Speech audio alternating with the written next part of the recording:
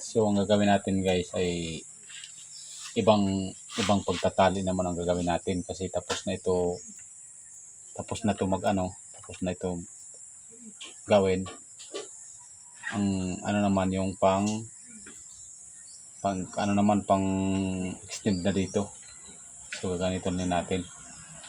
Ang tawag nito ay kung sa amin dito sa Waray, pagsipong, para hindi magbuhol ang yung manok kahit anong ikot-ikot nila.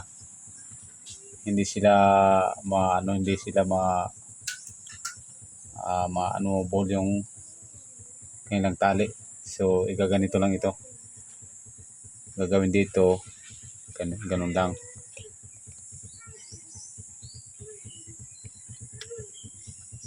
Una, susuotan ito. Yan.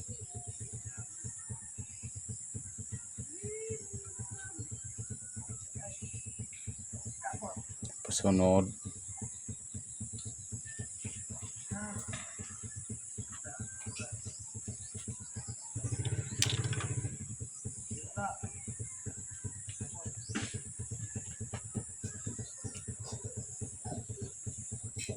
Ito din na isa.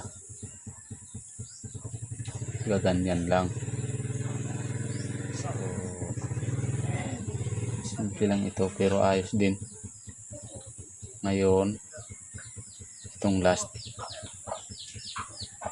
ano lang dito. Yan. Pagkatapos niyan, babaybayin mo ka bawat isa ng yung pinag-anuhan. Tapos susundan mo lang siya. Ganito. Dito. Ayaw. Tapos itong isa na naman.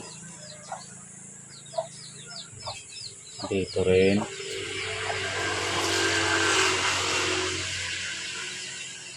Pagkatapos ito ganito din.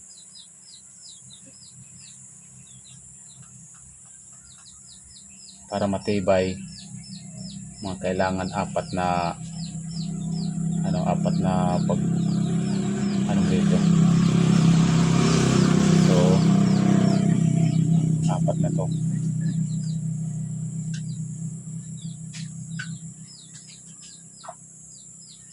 Babaybay mo lang kasi kapag babaybay mo kahit bawat isa sa kanila ay parang sinusundan mo lang yung yung tali. Ganyan. Tapos ito din. So ngayon, tapos na siya. Kung titingnan nyo, napakatibay nyo.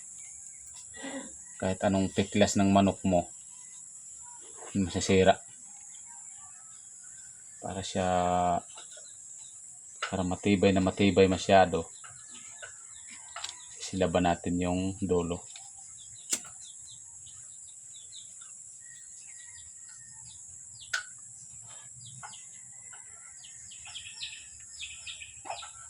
Kahit anong magpiklas pa man siya, hindi siya makakaputol nito. Makakawala.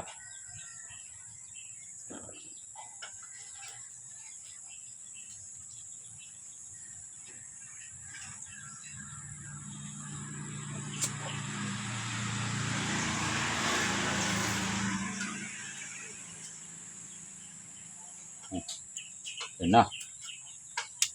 Nasa finishing na tayo. Okay, kung titingnan mo, ang ganda ng pagkakagawa.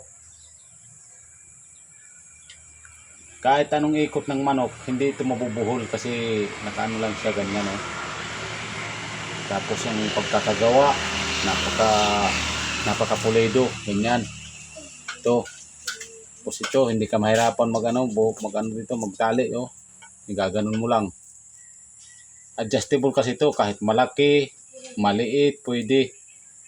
Ganyan, Ito na ang finish ko na trabaho. kahit ang manok mag-ikot-ikot man siya, hindi siya mabubuhol-buhol, ganyan no. So thank you guys, and share ang video ko, share na lang sa iba para marami ang matuto dito. Share na lang ako at i-like at follow para updated kayo sa mga susunod kong gagawin. Thank you guys, bye bye.